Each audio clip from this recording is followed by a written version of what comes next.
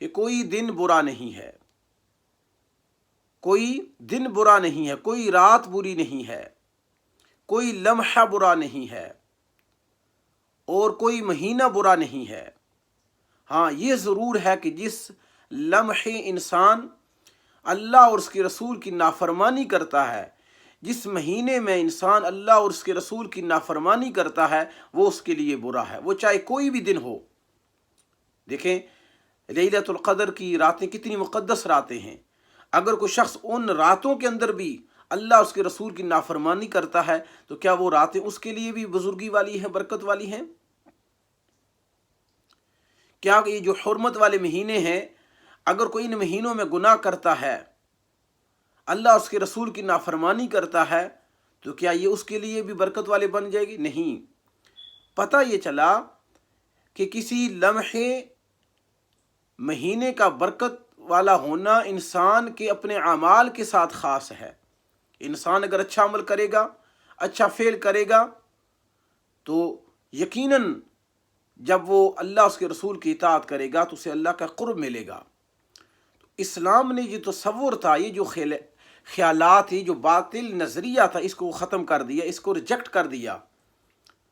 کیونکہ ہمارے ہاں یہ مشہور ہے کہ سفر المظفر میں شادی نہیں کرنی چاہیے، سفر المظفر میں سفر نہیں کرنا چاہیے، سفر المظفر میں نیا کاروبار شروع نہیں کرنا چاہیے۔ تو اسلام نے ان ساری باتوں کو ریجیکٹ کر دیا ہے، حضور صلی اللہ علیہ وسلم نے ان ساری باتوں کو ریجیکٹ کیا ہے، اور یہ عقائد باطلہ ہیں۔ یعنی کہ ہمیں تو اللہ کی ذات پر ایمان ہے، اللہ کی ذات پر یقین کامل ہونا چاہیے کہ جو بھی ہوگا وہ بإذن اللہ ہوگا۔ یعنی کسی بھی فعل کا صدور جو ہے وہ اللہ کے حکم کے بغیر نہیں ہو سکتا ہے۔ تو جب اللہ چاہے گا تو اس کا صدور عمل میں آئے گا۔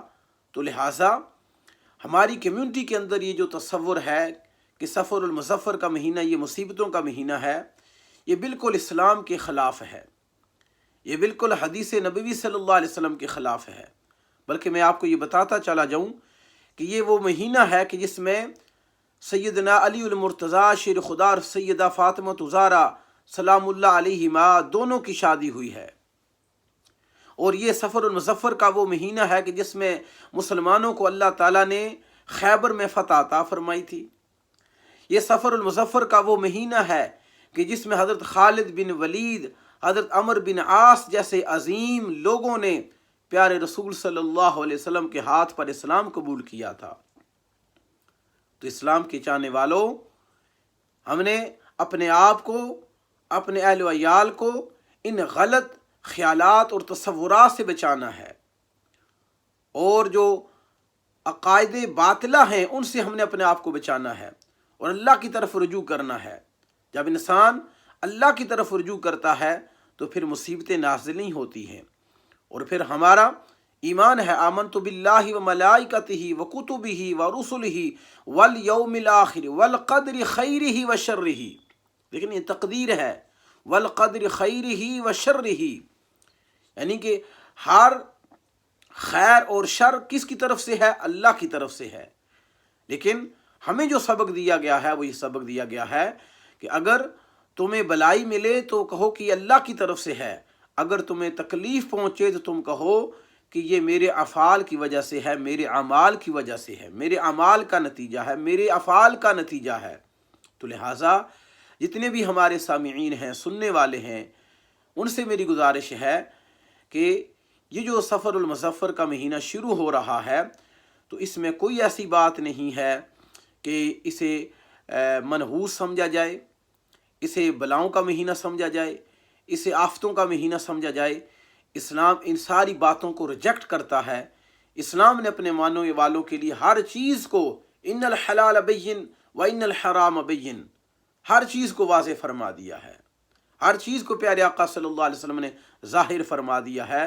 اللہ تعالی ہمیں شریعت مطہرہ کے مطابق اپنی زندگی گزارنے کی توفیق عطا فرمائے۔ وآخر دعوایا ان الحمد للہ رب العالمین۔